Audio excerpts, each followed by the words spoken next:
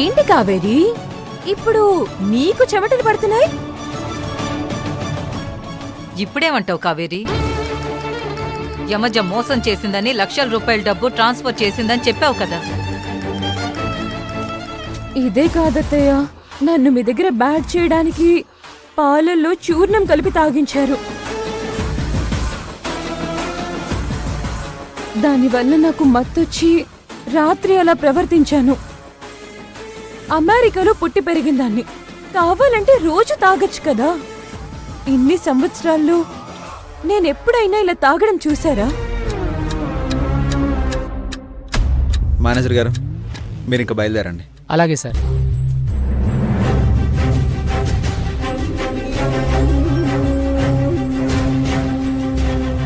ఇప్పుడేమంటావు కావేరి? ఒకప్పుడు చీట్ చేసే ప్లేస్లో యమజా ఉండేది, ఇప్పుడు ఆ ప్లేస్లో నువ్వున్నా.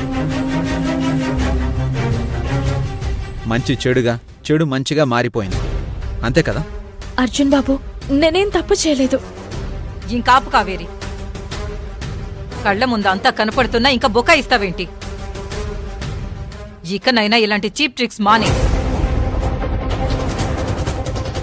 తను నా మేనకోడలు, నీలా చీటర్ కాదు. అత్తయ్య, ఒకప్పుడు నేను తప్పులు చేశాను. డబ్బు మీద ఆశతో మిమ్మల్ని ఇబ్బంది పెట్టాను, కానీ ఇప్పుడు నేను మారాను.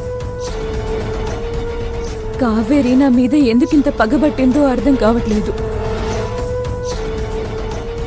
బావని చేసుకోవాలని, ఈ ఇంట్లో ఉండిపోవాలని నాకేమీ లేదు. బావని కావేరికి వదిలేస్తాను. కావాలంటే నేను ఈ క్షణమే అమెరికాకి వెళ్ళిపోతాను.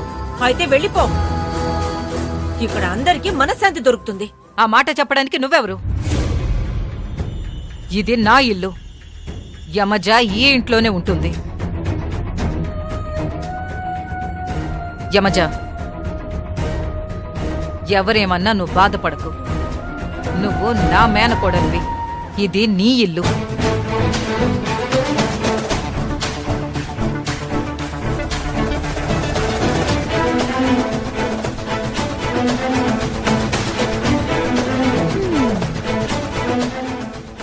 ఏంటి కావేరి,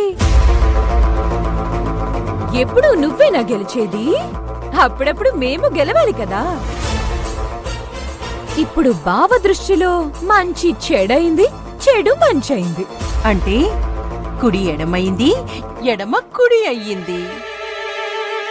కుడి ఎడమైతే పొరపాటు లేదోయ్, ఓడిపోలేదోయ్. ఇక నుంచి మీరు గెలవరు, ఓడిపోతారు. ఓడిపోతారు, ఓడిపోతారు. ఏంటిది? నువ్వే కదా వేరే అకౌంట్ నుంచి డబ్బులు ట్రాన్స్ఫర్ చేసిందని చెప్పావు. మరి ఎలా జరిగిందేంటి? అసలు నీకు ఆ ఇన్ఫర్మేషన్ ఎవరిచ్చారు? ఆ విషయం తర్వాత చెప్తాను కావేరి.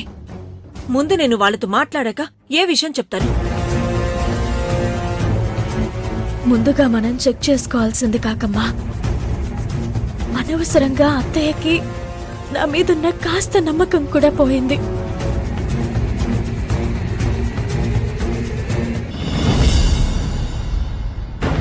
శివగారు, మీ ఫ్రెండ్కి ఇంకొకసారి ఫోన్ చేయకపోయారా? అవసరం లేదు, తనే డీటెయిల్స్ పంపిస్తాడు.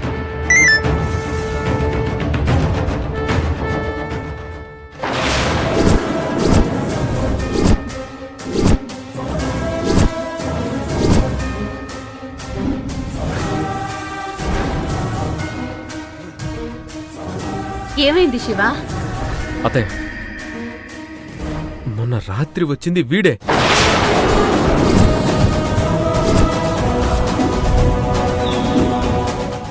గంగ ఫ్రెండ్ అని చెప్పింది వీడే. అప్పుడే గంగ భయపడింది కూడా. అసలు ఏం జరుగుతుంది శివ? తెలీదు అత్తయ్య. వీడు మన ఇంటి బయట నిలబడి ఇంటి వైపు చూస్తుంటే నాకు అనుమానం వచ్చి ఇంట్లోకి లాక్కొచ్చాను. వీడే గంగని ఇబ్బంది పెడుతున్నట్టున్నాడు. శివగారు, అదేంటో మనం గంగని అడిగి తెలుసుకోవాలి. నేనిప్పుడే వెళ్ళి అడుగుతాను. అత్తయ్య, ఇప్పుడు తన పరిస్థితి బాగోలేదు. తనకి ప్రెజర్ అవ్వడం కూడా అంత మంచిది కాదు. శివగారు, అలా అనుకుంటే ఎలా? ఇంకా లేట్ అయితే గంగకే కదా ఇబ్బంది అవుతుంది. సరే, తనని భయపెట్టకుండా విషయం ఏంటో మెల్లగా కనుక్కుందాం. రండి.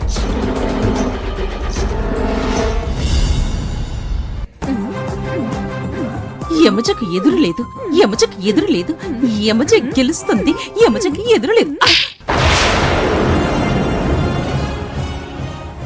ఏంటి ఇలా కొట్టేశావు? చెప్పు, ఎంతకాలం నుంచి ఇలాంటి కోట్ పనులు చేస్తున్నావు? నా వైపే ఉంటూ నా విషయాలన్నీ నువ్వెందుకు చెప్తున్నావు?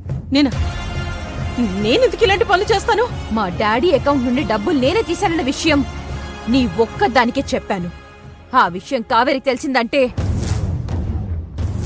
అంటే నువ్వే చెప్పుండాలి. నేను అలర్ట్ గా ఉన్నాను కాబట్టి సరిపోయింది. లేకపోతే ఈ పాటికి నన్ను ఇంట్లో నుంచి బయటకు గెంటేసేవాళ్ళు. యమజా, నిన్ను మాత్రమే గెంటి ఊరుకుంటారా? వెనకాలే నన్ను గెంటేస్తారుగా. అలాంటప్పుడు నేనెందుకు వాళ్లకు సహాయం చేస్తాను చెప్పు? మరి ఈ విషయం వాళ్ళకెలా తెలిసింది? నన్ను అడిగితే నేనేం చెప్పను. ఇప్పుడు నా పరిస్థితి ఆదివారం పండగొచ్చినట్టుంది. పండగొచ్చినందుకు సంతోషించాలో, ఆదివారం వచ్చినందుకు ఫీల్ అవ్వాలో తెలియడం లేదు.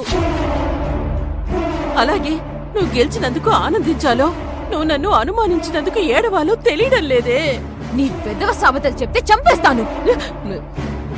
నిజం చెప్పు, క్షమించి వదిలేస్తాను. నిజం యమజా, నాకే పాపం తెలీదు. దేవుడు సాక్షిగా, నా కూతురు సాక్షిగా చెప్తున్నాను. మరి మనం మాట్లాడుకున్న మాటలు ఎవరు వినుంటారు? గోడలకేమైనా చెవులున్నాయా?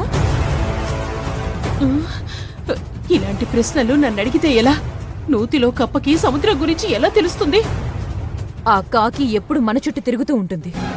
బహుశా అది వినిందేమో. నీ డౌట్ నిజమే అయ్యుండొచ్చు. అవును, ఆ డబ్బు మీ డాడీ అకౌంట్ నుంచి కాకపోతే ఎవరి అకౌంట్ నుంచి ఇచ్చావు? తెలుసుకోవాలనుందా? అవునవును, నీ తెలివిని, నీ సమయ స్ఫూర్తిని మెచ్చుకోవాలనుంది. చెప్పు.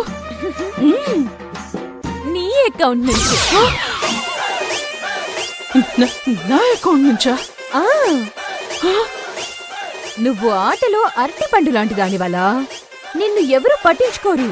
అందుకే నీకు తెలియకుండా నీ పేరు మీద అకౌంట్ ఓపెన్ చేసి దాంట్లో నుంచి ఇచ్చాను.